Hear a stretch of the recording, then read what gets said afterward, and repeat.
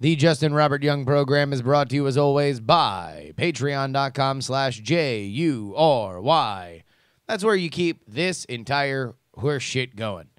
And by this entire horseshit, I mean effectively my life. Everything's powered through Patreon. I am the living embodiment of independent media. I answer to nobody. I take no ads. Not to say that I won't. Literally, if you're an ad company and you want to advertise, holler at your boy. But for right now, I take literally no ads, because you want to know what? I wouldn't take an ad unless I was comfortable doing it, and I'm not comfortable taking a lot of ads that will frown upon me making fun of them. So I rely on you. This is a radical step that for many people would be terrifying, and I guess I'm just too stupid to be scared. But what's not stupid is keeping this mission alive. If you enjoy it, please consider heading on over to patreon.com/JuRY and kicking over a couple pennies. Also, here's another thing that you can do for free. Go on over to freepoliticalnewsletter.com. At freepoliticalnewsletter.com, you'll find a sign-up form for a free political newsletter. It's one that I write. Yeah, I write a newsletter. Every single day, you get a newsletter that is about politics. It's like the 5 top politics stories, oftentimes accompanied by one-liners and GIFs. Very easy to digest. If you want a way to keep your pulse on politics without wanting to shoot yourself or somebody else, well, then please consider heading on over to freepoliticalnewsletter.com. But enough of talking about how we support the show. What do you say we just do the damn thing?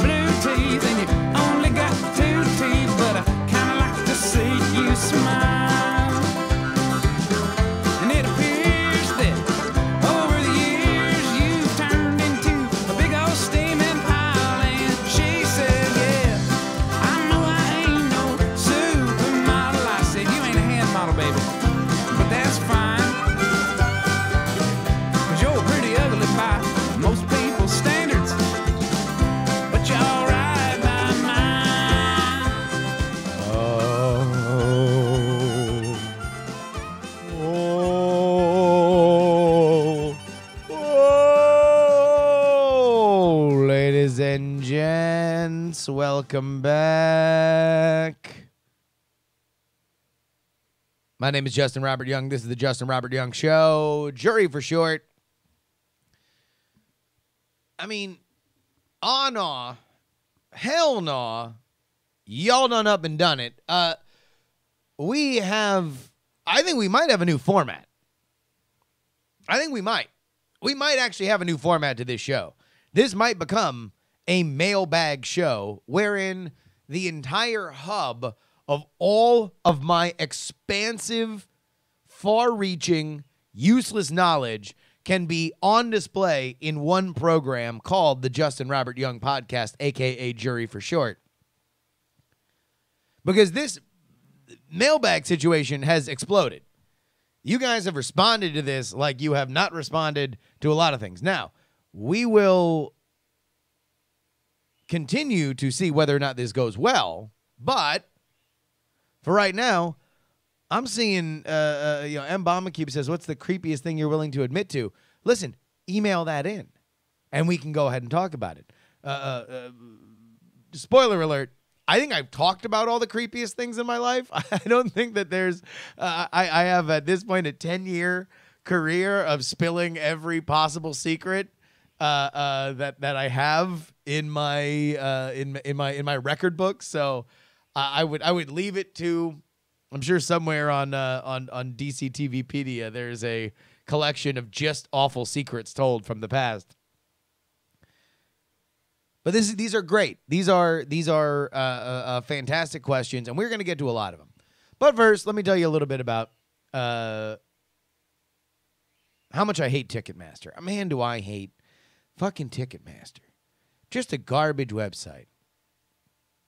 Like, how is everybody else? How is, like, a movie theater that once every, 5 years has to handle a movie that has a tremendous demand, and they need to make sure that their website doesn't go down, and everybody gets tickets the way that they in the order in which they have logged on?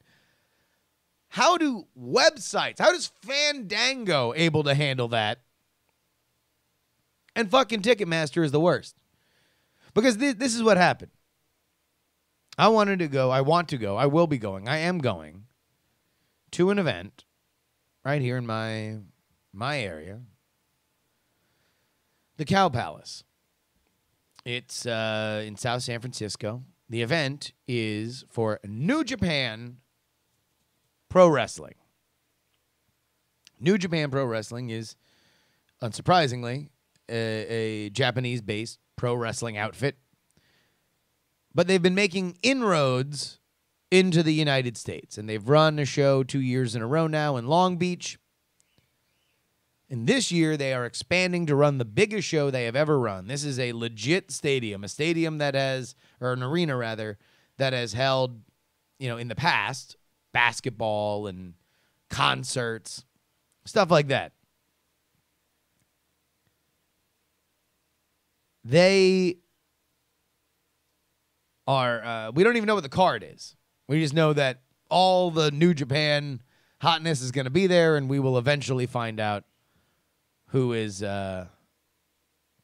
is going to be there. So I'm very excited to do this.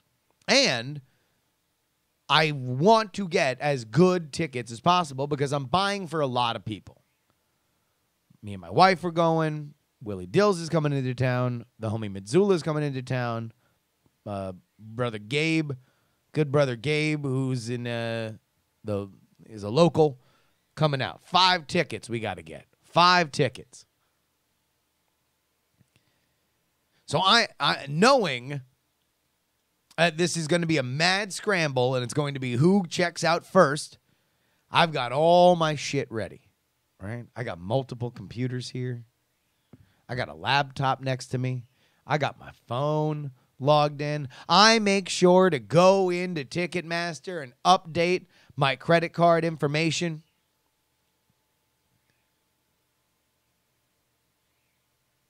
And lo and behold, tickets go on sale. I'm on speakerphone with my wife, who's also mob deep, right? She's got all of her options available for her. And I will be good God damned if I can't find 4 seats right up front. I don't give a fuck what the price is because they're coming out of the 1-900 Wrestling Patreon. This is why we don't take money from the 1-900 Wrestling Patreon. This is why we do the wrestling show, so we can get good tickets to wrestling shows. Very, very, very, very thrilled. Very excited for this. At which point, Ticketmaster tells me that I cannot buy tickets on this device. Okay. Can't buy tickets on this device. This device being my computer. Okay. All right. Well, I wonder how they do that. I'm on the other computer. Can't buy tickets on that device either. Yeah. So I guess at some point, because the one thing that Ticketmaster does do is they try to not have everything kind of sell out immediately to go to the aftermarket, to go to the StubHubs of the world. So I'm like, maybe this is an issue with our IP address, right? Maybe this is something that they've flagged me for whatever reason. A guy very eager to buy tickets from my master, the ticket master. Maybe you want to know what? I've been profiled. Maybe that's it. Sorry, sir. You were waiting to buy all these tickets. Nah, not to be trusted. Get up out of here. All right. Well, maybe my phone. So I turned my phone onto LTE, and I find the New Japan listing, which, by the way, thank God, Ticketmaster. Oh, my God, what a fantastic service. Their default logo for New Japan Pro Wrestling is a black guy and a white guy amateur wrestling, which, I mean, I don't know if you could be more wrong, right? I don't know if you could be. The only way it would be more wrong if it were, some 41 eating at a Bennigan's. That would be the another better representation of the product of New Japan Pro Wrestling. On my phone, nope. There are no tickets available for this event. Cool, dog. This is a very cool time for everybody. What a great time. I'm so excited. Thankfully, my wife is able to buy these tickets, but to add insult to injury, she can only buy 4. We need 5. So you can't buy singles, I guess. You got to buy 2. Or we just figured we'd buy 2 because we'll be able to have another friend buy it. But you can only buy 4 tickets at a time in the first 24 hours. So she has to buy them on my account.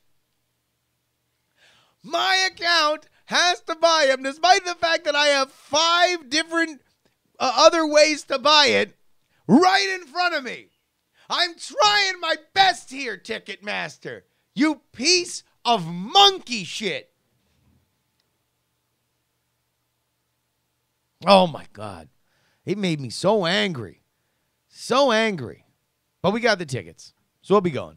Anybody else going to the G1 special and the Cow Palace? Got a couple rumors of possible matches. Very exciting. If you've never seen Japanese pro wrestling and you are in the Bay Area, I would highly recommend that you come out and see it because it's going to be a rowdy crowd, and I'm excited to do it.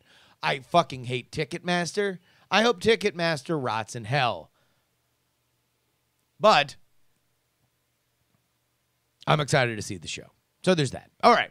Let's go ahead and get into the mailbag. I feel like we need a mailbag jingle. All right. So here's the siren call goes out.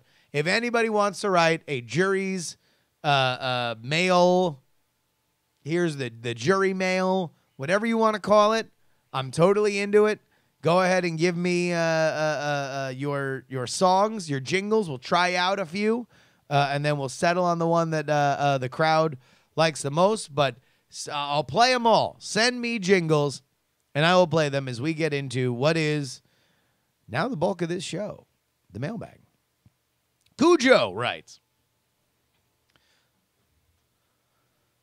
on the topic of post-mortem destruction, I was wondering if you've heard of the Buddhist sky burial. So, to refresh those who did not listen last week, I mentioned that my preferred way of dying, although I do not plan on dying, but when I did plan on dying, my preferred method of burial or disposing of my physical remains would be to be eaten by a pack of wild African dogs.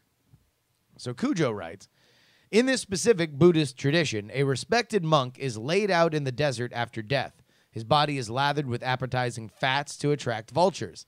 The other monks watch in reverence until only shreds are left. In this tradition, I can't remember the particular name, such a burial is considered a great honor. I did not know this. I am so excited that I have such an elevated level. I am on such an elevated plane of thought that I am just, I didn't even realize I was elbow to elbow with all these Buddhist monks. Big shout out to Buddhist monks. I feel like I need a Buddhist monk friend. If you're a Buddhist monk, email me. JustinRobertYoung@gmail.com. Put JuRY in the subject line, and then the first sentence should be, hey, man, I'm a Buddhist monk. This is not, yeah, we have the Wikipedia here. Just look up sky burial. Boom. I feel like I got, I don't know. Well, I got a priest friend. I need a rabbi friend. I need a monk friend. I'm still into this, though. I like the idea of being consumed by wild animals. Kenneth writes, I would really like to hear your thoughts on this, maybe in an Unfriend Me episode. Well, sorry, Kenneth. We're going to do it here. Here is the story. A Utah teen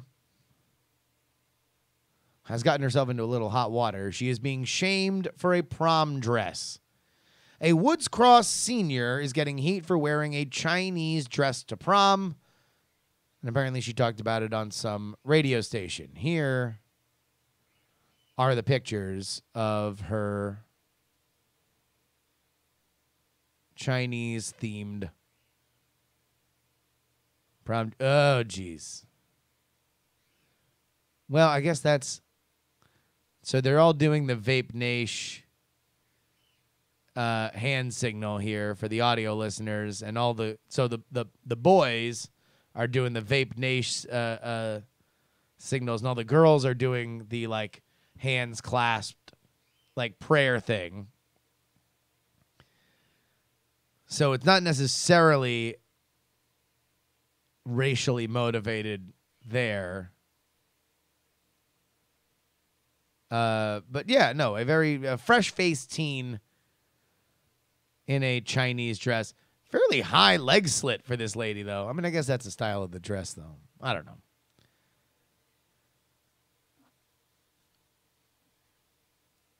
Yeah, they're doing the pop-up black. I don't. I think that there's enough there to say, oh no, she's doing a thing where it's supposed to be an internet meme. All right.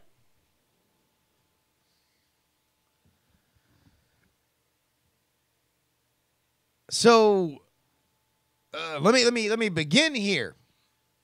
Whenever we get into these conversations, everybody immediately gets to battle lines. Everybody immediately gets why is that offensive? Everything's offensive now. Everybody is here to be offended. Matt Groening. Oh my God, Matt fucking Groening. Genius inventor of The Simpsons, which stopped being good about 6 years in. Has not stopped the intervening 20 years. But Matt Groening came out about this Apu thing. Y'all heard about this Apu thing? There's a documentary called The Problem with Apu. It's by a Indian comic. He talks to a lot of other Indian actors. And just in watching that commercial, you realize that there are 8 Indian actors. Because you've seen all of them. And not only have you seen all of them in television and movies, I've seen all of them in television and movies that reference the fact that there's only 6 Indian actors and they all have to do the exact same roles over and over and over and over again.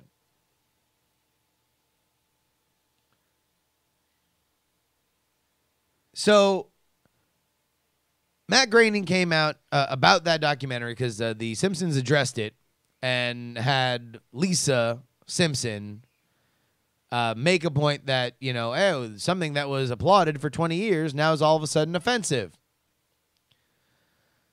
And then they pan over to a picture of Apu. So before we get into everybody registering their yes offensive, no offensive, let me try to reframe this conversation a little bit to where I'm at with this. Because while we all can play the hot take game and say, oh, that is or is not appropriate. I feel like there's a middle ground that we can all agree on. It's fairly easy. These little elements of the culture wars. There's a little hack. One easy life hack to avoid getting into a problematic racial conversation.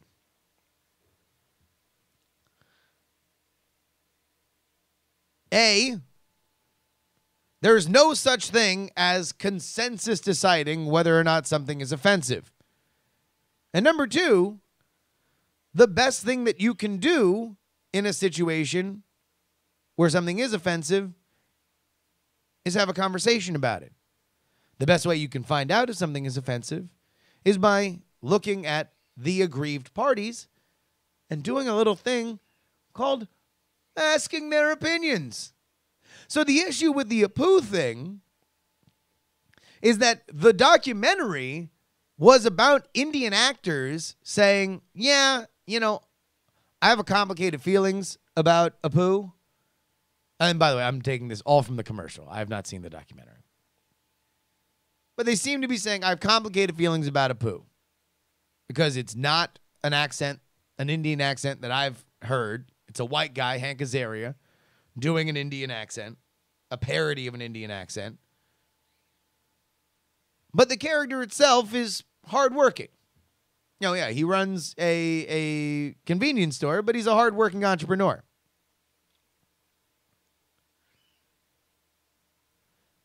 The issue is that as The Simpsons became dominant, became huge, a cultural mainstay for which everybody knew what it was, the Apu accent, again, an offensive parody, this is according to Hank Azaria, an offensive parody of an Indian accent became what casting directors asked actual Indian people to mimic. So everybody had to do that. It shaped culture. It shaped the way that these actors had to portray their ethnicity. Now, if we look at that, that's an interesting topic. That's an interesting conversation. And if The Simpsons hadn't been creatively bankrupt for the last 2 decades, I think the creators of The Simpsons would say, oh, this is an interesting thing that we can explore creatively and go on a little bit of a journey and then sort of talk through our art on what we want to do with this character going forward, having heard these voices. But instead, they want to put up a wall and say, yeah, Matt Groening's like, yeah, when we first came out, everybody was pissed off because, Bart Simpson said, eat my shorts, and kids shouldn't talk like that.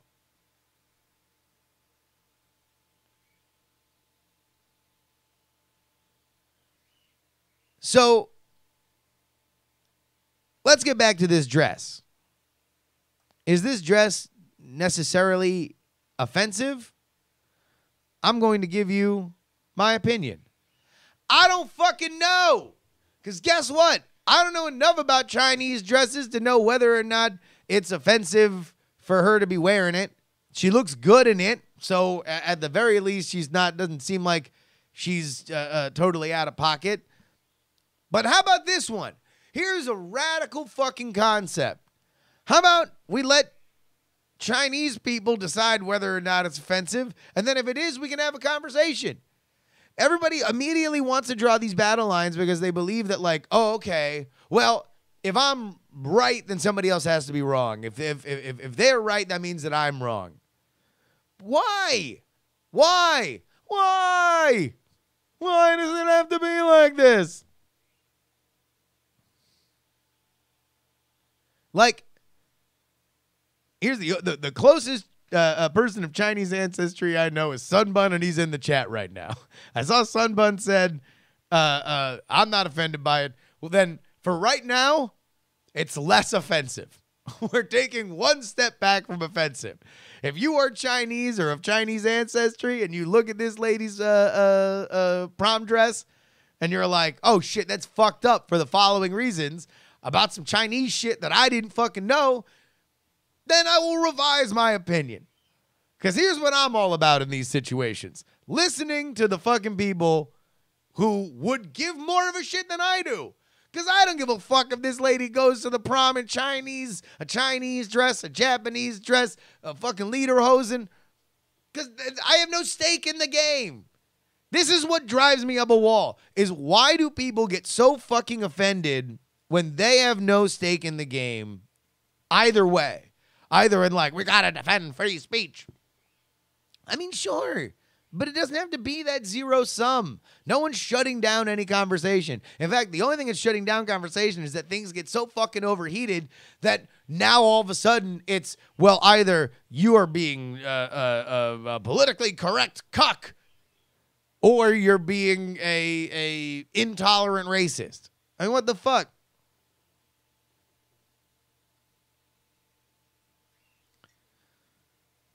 I don't know. Whatever. She looks good in the dress. It's a fine dress.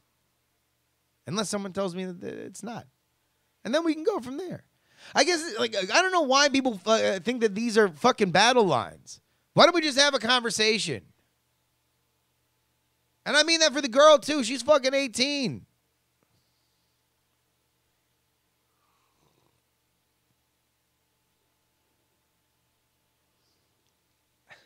Coates from home says they should reboot Mad About You, but with a character who's always mad about PC issues. I don't think that Mad About You was about anybody being mad. I don't think that Paul Reiser was like the point of Mad About You is Paul Reiser just coming home to Helen Hunt and being like, fucking taxes, I'm furious. I don't know why that became, that was my recasting of Mad About You if Paul Reiser was Alex Jones.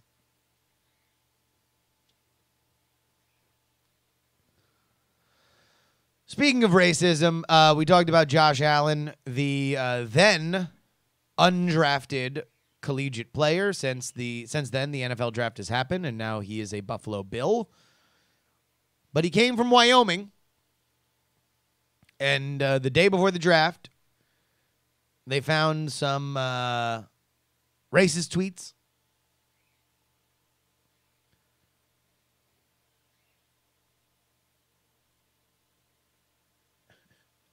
Oh, wait, hold on. Wait a minute. Before we go, Sunman says, I'm not offended about the Asian rice bowl guy who named his place Yellow Fever because he was Korean and found it clever. Yeah, email in about that because I'm not up on that, but I'm down to talk about it. So, all right, Josh Allen. He had some racist tweets. I asked everybody, hey, what is your line? Number one, fucking praise Jesus Christ of Nazareth. I want to go to as many qualifiers about Jesus Christ for how thankful I am that I grew up without Twitter. Because, oh, my God. Oh, my good God. This is what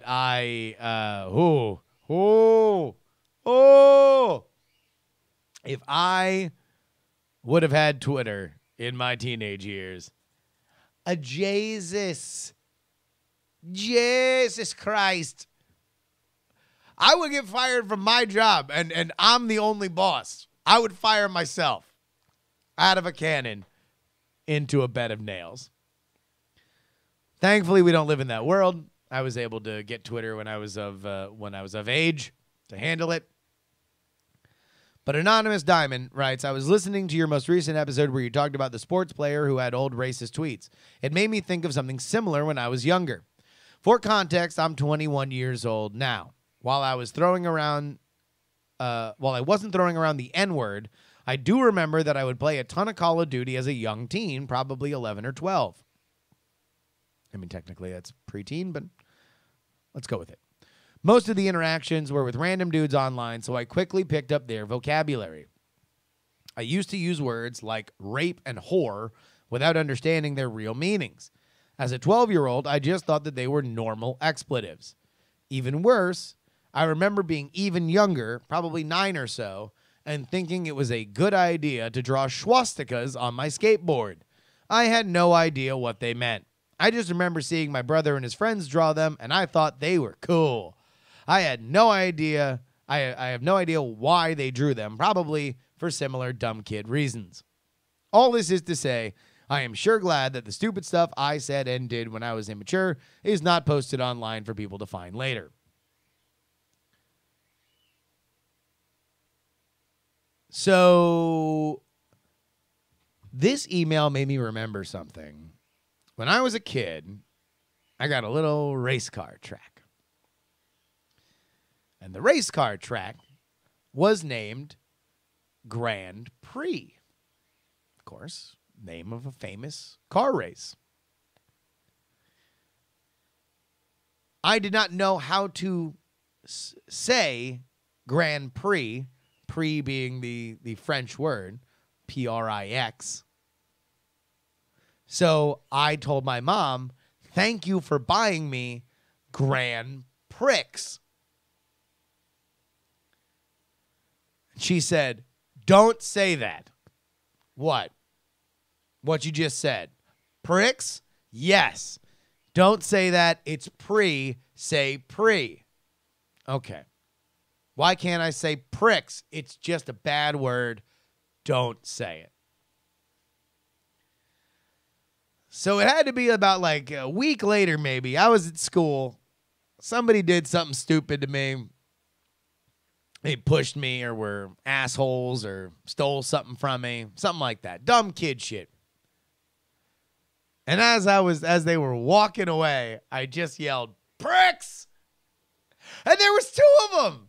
I nailed it. I had no idea who they were. I had no idea, what that word meant, but I fucking nailed it. If there's anything that was there to show that I had a preternatural understanding of curse words, it was me jar-jarring my way into a correct usage of the word pricks.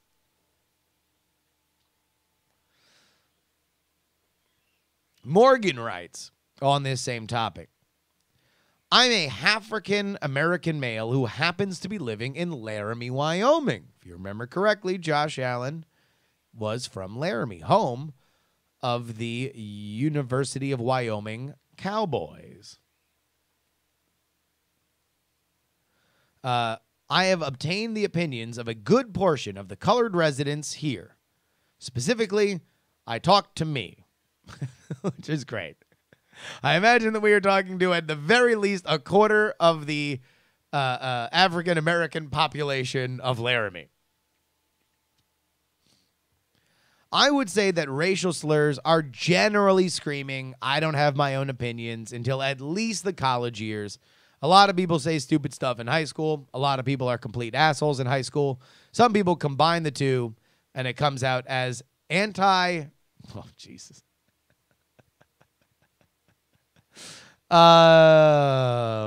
Morgan, you're killing me. It comes out as anti-negrosity. Moving on. But generally, there aren't many similarities when people move on in life. And really, if a guy truly holds racist views against blacks, I would imagine being an NFL quarterback would be the last career path chosen. Then again, maybe it's just an extra incentive not to get sacked.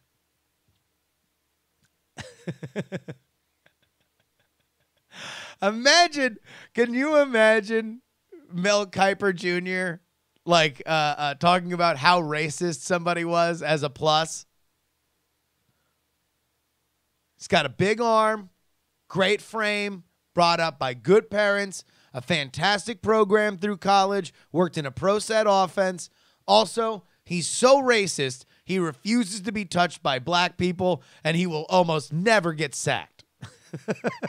He has credited his escapability from the pocket with his virulent racism.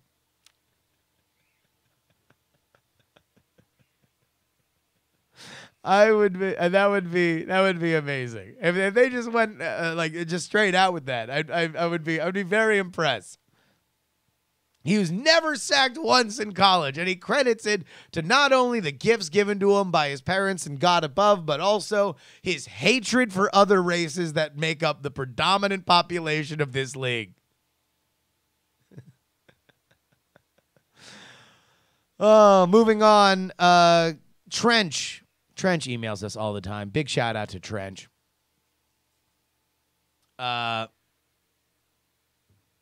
Trench writes us that with another dating trend, one of our favorite things to talk about here. Orbiting.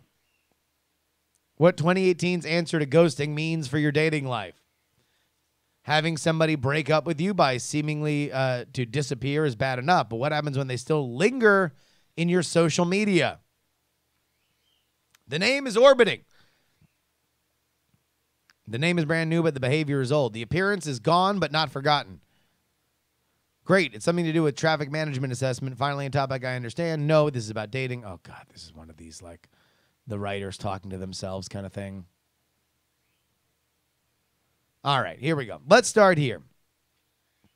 Ghosting is when someone breaks up with you by effectively disappearing off the face of the planet. They don't text. They don't call. They don't answer their door when you drunkenly hammer on it at 3 o'clock in the morning.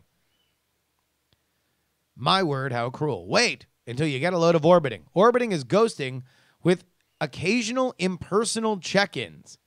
Let's say you've been ghosted. You've been jilted and there's no sign of them anywhere. Then all of a sudden, you see they viewed one of your Instagram stories. And then one night, they favorite one of your tweets. They might even like a Facebook post or two if they're feeling especially bold.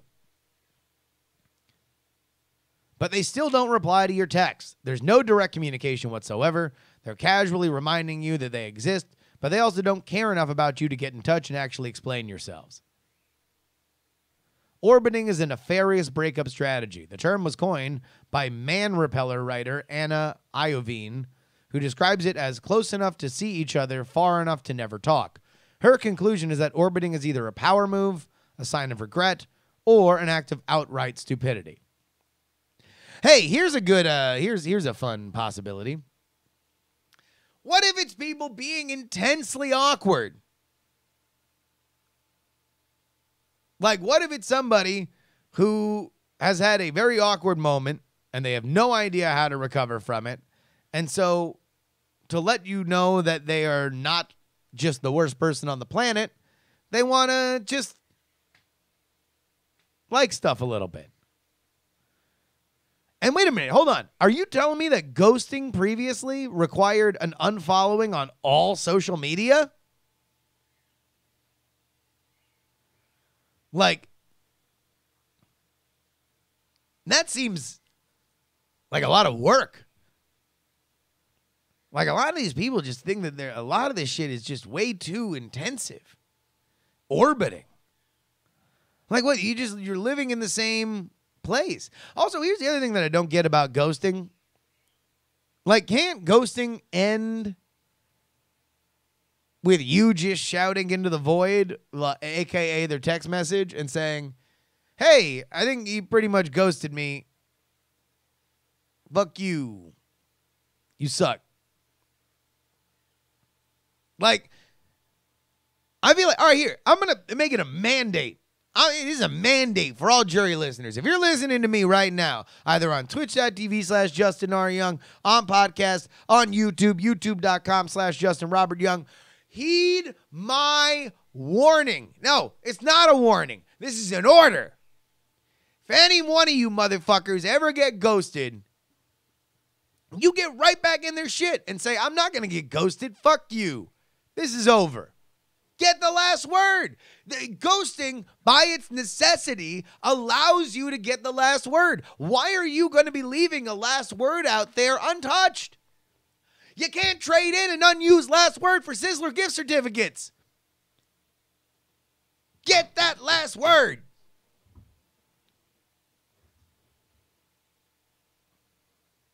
Mashed Potatoes suggests that orders should come from the captain. Ahoy! Where are you? Have you been ghosted? Have you been ghosted? I would say text message. What was that, Captain? Yeah, you got to go over to text message. You have to go to their text message. You got to go to their text message.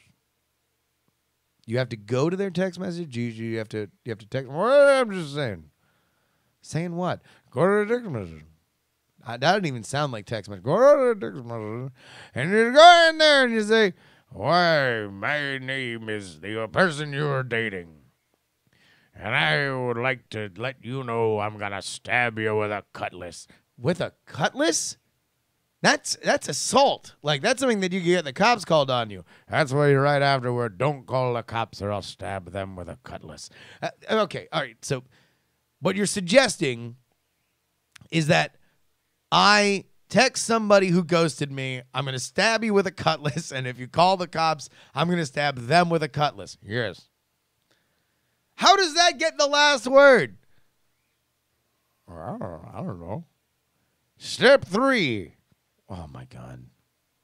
Get a cutlass. All right, there we go. There's the captain's advice. Fucking useless as always.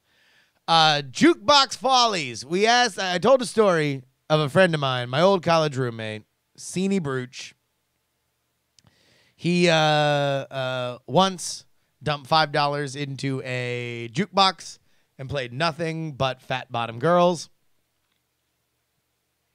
Eventually, somebody kicked the jukebox so hard it broke. So I asked you guys, what are the best songs to play repeatedly on a jukebox to the point where it annoys literally everybody? Brian wrote in, "Party All the Time" by Eddie Murphy. That's a pretty good one. That is a pretty good one. My girl wants to party all the time, party all the time, party all the time. Have we decided whether or not "Party All the Time" is good or bad? Like, I feel like it's one of those things that gets mentioned a lot in the, like, frivolous category or the, like, cautionary tale of, hey, don't try to be too many things. Like, Eddie Murphy was great at so many things, but, you know, then he wasn't a successful singer. But, like, I kind of feel like "Party All the Time" is pretty good. You know, it's sub Rick James because it's literally sub Rick James. But I dig it. Mush Potato says, I would say Aqua Barbie Girl. By the way, Aqua Barbie Girl, that's a new go-to tandem karaoke for me and my wife. Because she does the high voice really well. And it turns out my register can do a great Eurotrash guy voice. "Come on, Bobby, let's go, Bobby." Oh, nail it every time. We're getting claps. We were out in Tokyo, fucking crushing it. Oh, my God. These two fucking whites roll in, singing "Barbie Girl." Fucking everybody's doing backflips. BioCow writes, a song played over and over and over again in a jukebox. My friends and I used to hang out in a pool hall more than a few times a week. Just before we'd get ready to leave, we'd put in a few dollars into the box and queue up Hotel California as many times as we could. We'd sit through the first two and leave at the start of the third, noting the frustrations of the other people in the hall. This went on for about 2 weeks. Then one day, we went to request it, and it was gone. We looked at the guy who ran the place, and he was just staring at us with his arms crossed and the biggest grin on his face. That's fucking amazing. So, you know, here's the only thing about both those songs so far. I kind of feel like you need a big opening for this version. In fact, it's kind of got to be like the best wrestling themes. The best wrestling themes have like big either like sounds, noises, guitar licks, like right at the beginning. So you know within 2 seconds what's about to happen. Like Stone Cold Steve Austin's like glass shattering, or like, "If you smell," like all of a sudden you know exactly what's going down. And that's what I loved about Fat Bottom Girls, is it's always just going to start off with, "Oh you gonna take me down tonight? And it's like, you just know that you are into it for another 3 minutes of whatever this song is. So here we go. Jester Woot in the chat room's got it. The Europe Final Countdown. Dude, you know exactly what song. Dav from Canada wrote in, okay, back in the aught-noughts, I worked at a record store back when record stores were collapsing and everyone knew that their jobs were ending, but we didn't know exactly when. We were a close-knit bunch and we would often intentionally go out to the local bar after work and be the out-of-place hipsters hamming it up with hamming up and doing dive bar stuff up till 11. So on more than one occasion in the middle of a game of pool that none of us were any good at, we'd slide up to that $1 Canadian per song jukebox and pump it with about $20 so that ABBA's Fernando would be on repeat. We were so repentant and resentful that damn near everybody at that bar was Napstering it up and costing us our jobs, that we would stay for about 5 rotations of that song and then intentionally suck at pool before leaving and not tipping. Dav, you had my heart for all of that until you didn't tip. You gotta tip. Like, if you're going to ruin people's life, you have to do it by paying the price. You gotta pay the iron price. And by the iron price, I mean just pay the money. Don't actually kill them. And finally, Tommy wrote in on this. How about Sabotage by the Beastie Boys? The song loops so well that we once fooled my friend into thinking that it was just a super long song, but he didn't realize it was on repeat the whole time. That's fucking great. So people, I mean, we're getting to the point now where not everybody remembers Sabotage.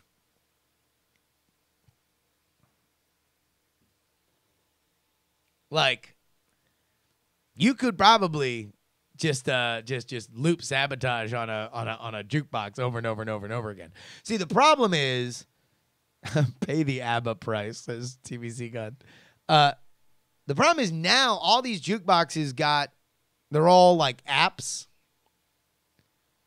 And so I'm sure somebody's got the master switch to like clear out a bunch of repetitive shit. And you can always pay to jump to the front of the line. So even if you lined up 20 Fernandos, somebody can always, cut it with whatever fucking, I don't know, DJ house song featuring 14 other singers. I mean, like, this is going to be a very confusing period in music history because all of the, like, credited artists are producers.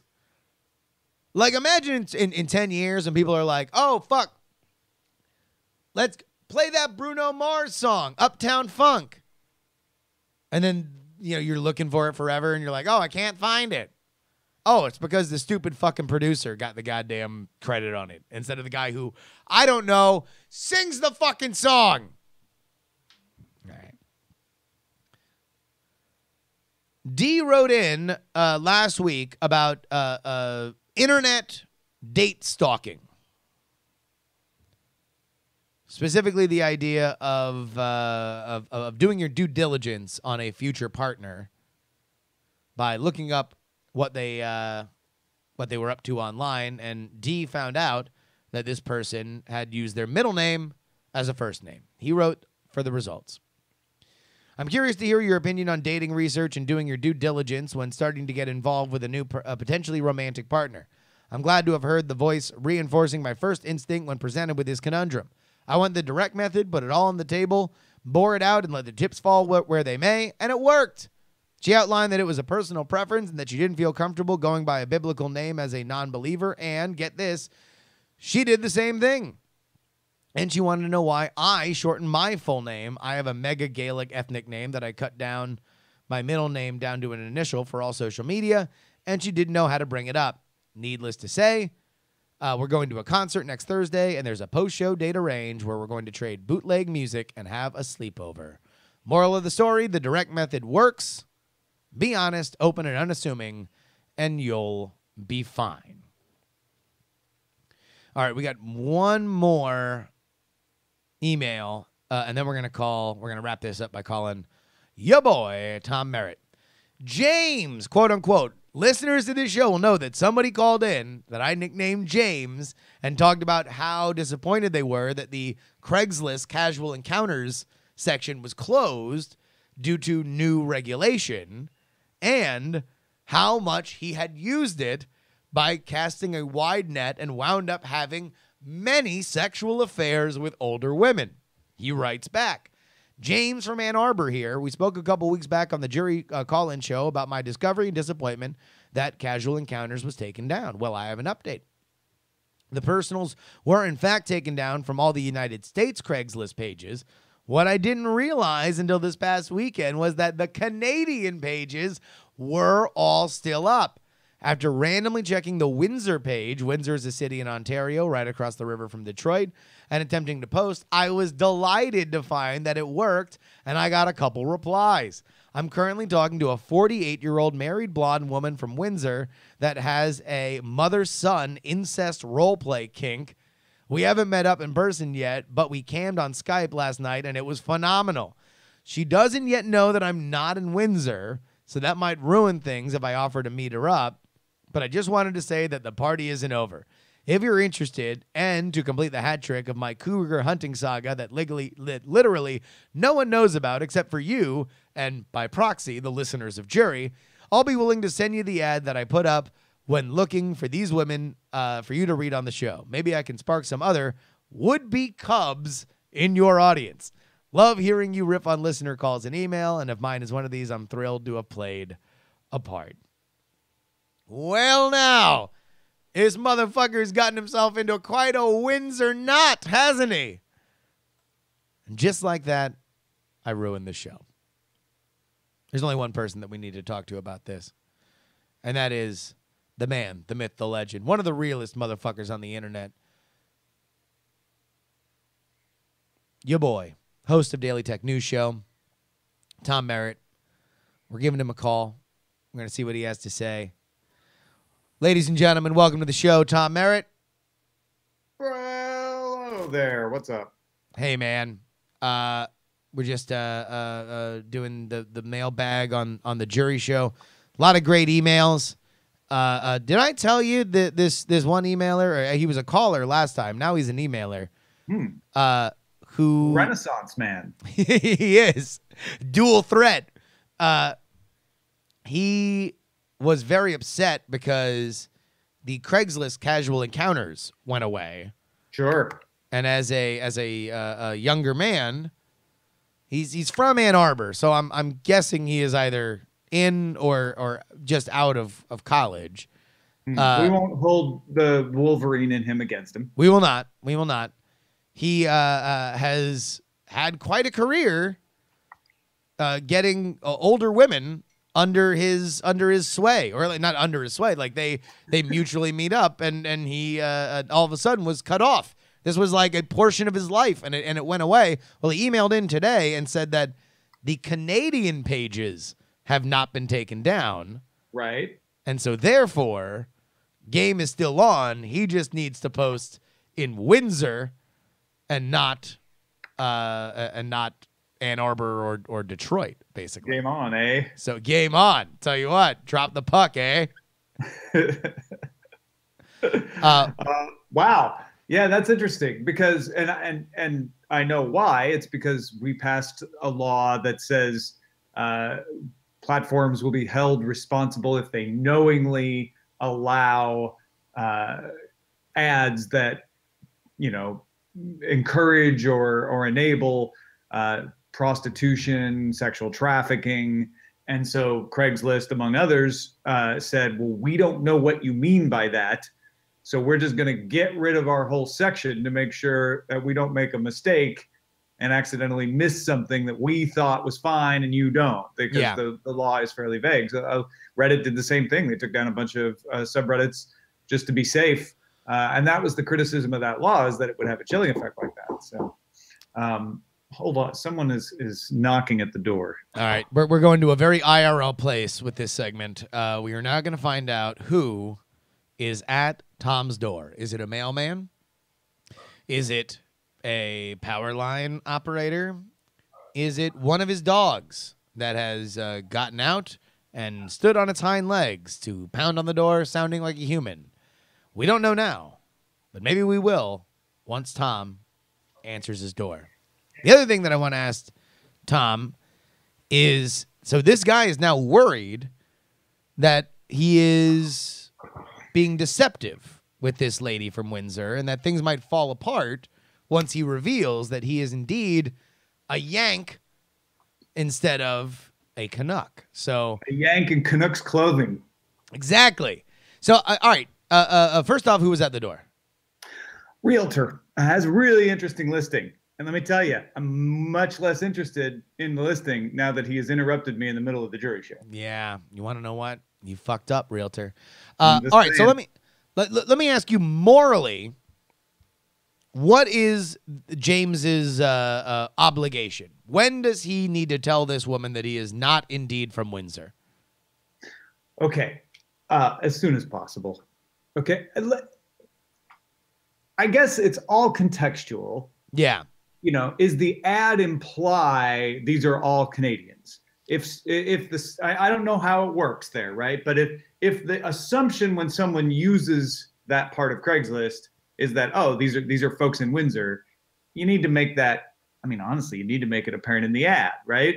Like you need to be upfront, like, hey, I'm across the river, but you know, if you're cool with that, because you don't want it to lead to, you know, a drink thrown in your face because somebody's like, what? You're from Detroit or Ann Arbor. Yeah. Well, you know, screw you. I think you would have better luck if you're obvious about it. I get though that the idea is like, is that kosher for me to be posting in this forum? I think that's the issue, right? So is there a euphemism? Can we coin a euphemism right now that James could use going forward? Like should he say just apropos of nothing, willing to fjord the river? Yeah, right. Or no problem heading south, which may sound wrong to some of you. Yeah. But Detroit is actually south of Windsor because of the way the river turns. Yeah. Wait, it's north or south? It's Windsor is south of Detroit. Windsor, yes. Yeah, there you go. Yeah. So willing, no problem yeah. heading south would be the tip off of like, oh, okay, I'm in the know because I'm a local, but that means he's coming from Michigan. Yeah. I mean, I guess because everything else. Although in that context, it can also be taken to mean a lot of other things. I mean, yeah, in a casual encounter. I mean, not to say that he's not, right? He could just say, yeah, in all senses. True. Yeah, why not? Omnidirectional. Geographically as well as otherwise. Yeah. This is a real interesting one. But James, hopefully you've gotten some good advice here, and please continue to write in. The other stuff that we talked about on the show here, Tom, was the most annoying song that you could play on a jukebox over and over and over again. So let's say you want to really be a AURAL terrorist, an oral terrorist. Yeah. And you want to drop $20. What's the most annoying song you could play over and over and over again? Grandma Got Run Over by a Reindeer. Ooh, something out of season. That's good. Well, that's what makes it so annoying. A lot of times I've seen that song on a jukebox and they don't pull it off. Yeah. So out of season just makes it even worse. Yeah. It's like May and someone's playing. I mean, that it's still annoying song in December, but yeah, extra annoying in May. Good one. See, my thought on it was that you need a song with a big opening, because that's part of the dread is everybody knowing as soon as possible that they're in for another 3 to 4 minutes of this. Oh, I don't know. I mean, I think that works, but the other side of it would be the slow burn becomes even more torturous the 5th or 6th time around because you know what it's building to. I think you can cut that one both ways. All right. Well, I'll tell you, maybe. How about My Ding-a-Ling by Chuck Berry? Oh, My Ding-a-Ling is pretty good. I played My Ding-a-Ling 20 times in the middle of the pool hall. It's the kind of annoying song that people will hate sing along with. All right, Tom, that is perfect. What do we got on Daily Tech News Show today? Amazon and Google. Sorry, folks who complain that there's too much Amazon and Google, but it's all Amazon and Google. And ain't Facebook mad because it's F8 week. But yeah, Amazon's like doing everything right now. They're fighting with Seattle. They're trying to figure out if they can predict what size you are to send you better clothes. They're doing their own brand of pet food, and Google's out there doing a lot of googly, like old-fashioned googly things, like opening up Google Pay for iOS and opening up advanced protection of apps for iOS and getting Google Assistant on a bunch of devices. So there's some interesting stuff. So they're doing, that's the best version of Google, right? That's the old Google. I know. I miss the old Google. Yeah, man. Well, I'm glad to see that, because that was like Google. Because to me, there was nothing better than Google Web Services on Apple hardware. Yeah, like that was always the best before they, all the thermonuclear war talk. It was the Google before Maps, the bombs fell. Android came along. Google Maps got yanked. That was the end. Yeah, or it was Maps. Maps was the first casualty in that war. Yeah. Because it went from Google powering Maps to not. To Apple trying to power Maps, which I don't know. I've used it a couple of times. It's fine now. Apple Maps is fine. I mean, Yeah. I'm just brand loyal at this point to Google. Yeah. All right. Well, Tom, thank you so much. Anything that you want to get out there? Well, big thanks to everybody who's been backing Trigor, my sequel to Pilot X, which is up on inkshares.com. We're about 60% of the way funded. Just need to get that last push over the last month, because the idea with Inkshares is if you get 750 pre-orders, they publish it. Gotcha. And once it's published, it goes out to bookstores, gets marketed in Publishers Weekly. There'll be an Audible version at that point. But you just got to get those first 750 sales to get it over the hump. So if you haven't already checked it out, do so right now. Inkshares.com/books/Trigor. That's TRIGOR. All right. You want to know what? I'm getting you something, because I don't even want to tell you. I'm just going to send it to you. I'm just going to buy it. I'm going to send it to you. But everybody go there. TRIGOR. Go make sure that Tom's book goes over the top like Sylvester Stallone and gets all that sweet Inkshares support. Will you give me the URL one more time? Inkshares.com/books/Trigor. All right. Tom, thank you so much. You bet, buddy. All right, man. Peace out. Bye. I mean, isn't this the best? This is the best. I get to end the show with Tom every single week. Like, it just makes me so happy. Nobody else talks to Tom like that. He does a million podcasts, and he never gets into the grimy shit that we talk about on this show. I love it. God, this version of the show is so fun. I love every single fucking second of it. I'm so glad I moved this show to Thursday. Oh, tell you what, by the way, for everybody who doesn't know, this show is now on Thursday at 10 p.m. Pacific time. That is 1 p.m. Eastern time. You can find everything that I do on justinryoung.tv. That is, of course, twitch.tv/justinryoung. Do me a favor. Do you have Amazon Prime? Are you listening to me right now, and do you have Amazon Prime? Well, then there's a high likelihood that you have my money. Not your money, not going to come out of your pocket. You have my money, and you need to give it to me. Because if you have Amazon Prime, you can bring it on over to justinryoung.tv. You can link your Amazon Prime account with your Twitch account. If you don't have a Twitch account, very easy to make one. Subscribe to my channel, and it's free. Free money. Money that would otherwise go to waste. So if I'm telling you about it, I'm calling dibs. Head on over, justinryoung.tv, link your Amazon Prime and your Twitch account. It's easy to make a Twitch account. Also, you can download the Twitch app. You can know when we go live. You can listen audio only. You can watch the video. Oh my God, it's just so easy. A reminder, if you want to email us, it is justinrobertyoung@gmail.com. Please put JuRY in the subject line so I know what the hot ham water you're talking about. You can hit me up, Twitter, Instagram, Snapchat, @JustinRYoung, and you can join the conversation at diamondclub.reddit.com.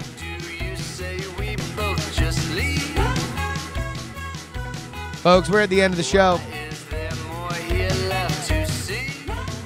We've learned about racist tweets. I don't understand, is it me? Possibly racist prom dresses. Am I that difficult to read? We have even found out about casual encounters in Canada. But no matter what, I need you all to remember one very simple fact. My name is Justin Robert Young. I love you. And between now and the next time that you hear my lovely voice, I have only one request. Please don't die! Do you like the way you're dressed up? Do you like how your hair gets cut? Do you like when your friends fuck up?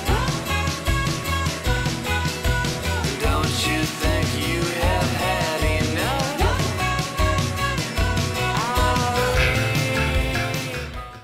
Diamond Club hopes you have enjoyed this program.